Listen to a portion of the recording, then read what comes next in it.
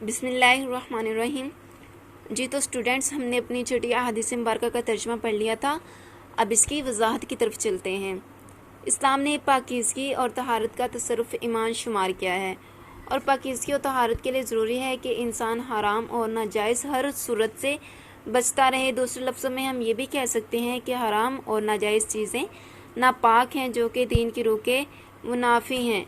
दीन में शक व शुबा की गुंजाइश नहीं है। इस्लाम में जहाँ हराम से बचने की ताकीद की गई है, साथ साथ शक व शुबा से भी बचने की ताकीद की गई है, चूँकि यही शक व शुबहात ही रफ्ता रफ्ता हराम अपनाने का ज़रिया बनते हैं। चनाचे जिस तरह हराम से बचना मुसलमान के लिए अज़हद ज़रूरी है, इसी तरह इन शक व शुबहात से बचना भी इतना ही ज़रूरी है।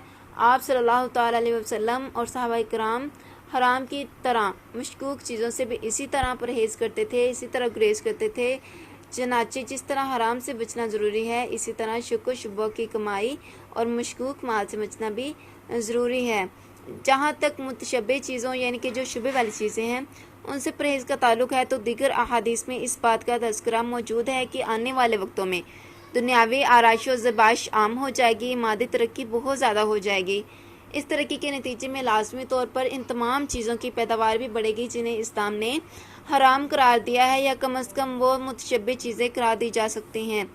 ऐसी सूरत में अगर कोई शख्स गुंजाइश महसूस करते हुए इन मुतशब्बे अमूर में मुब्तला हो जाता है, यानी कि इन जो शुबहात वाली चीज़ें हैं, शुबहात वाले काम हैं, इनको करने लग जाता है, तो इस बात का कभी इम्कान मौजूद है कि आखिरकार इंसान मुकम्मल तौर पर हराम में मुब्तला हो जाए, क्योंकि इंसानी नफ्स सिर्फ़ अपनी ज़िबलत की तस्कीन चाहता है, सिर्फ़ ख़ुद को सुकून देना चाहता है। इसलिए इसे जहाँ चारा नज़र आएगा ये इसी की तरफ ही बढ़ जाएगा और इसकी परवाह नहीं करेगा कि इस चारे को वो किस तरह से इस्तेमाल कर रहा है, इस चारे को इस्तेमाल करना दुरुस्त है भी या नहीं।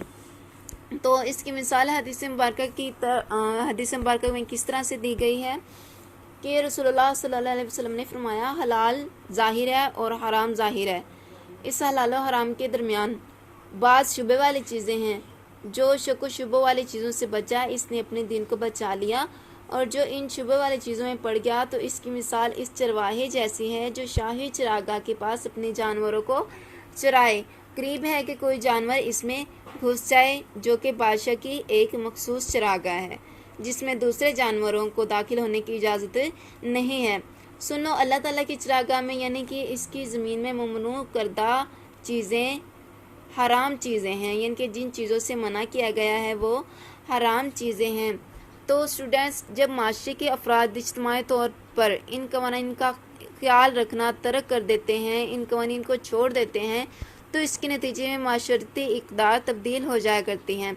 फिर वो वक्त आता है कि जब कानून यानी अल्लाह ताला के अहकाम की खिलाफ वर्जी को इज्तिमाई तौर पर जुर्म समझा ही नहीं जाता, और लोग ज़माने के तकाज़ों और हालात की मजबूरी की आड़ में शरई अहकाम को पसे पुश्त यानी पीछे डालकर अपनी आखिरत को बर्बाद कर लेते हैं।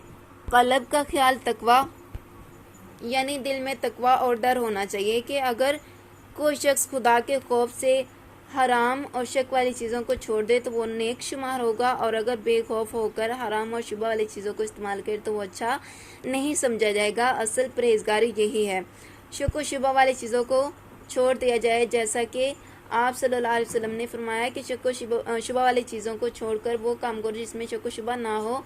एक हदीस मुबारक में भी आता है, दआ मा युरीबुका, जो बात तुझे शक में डाले इसे छोड़ दे, इला मा ला युरीबुका, और इसकी तरफ माइल हो जाए जो तुझे शक में ना डाले। हदीस में दूसरी बात इसी में ये भी बयान की गई है, जब तक दिल ठीक रहता है सारा जिस्म ठीक रहता है।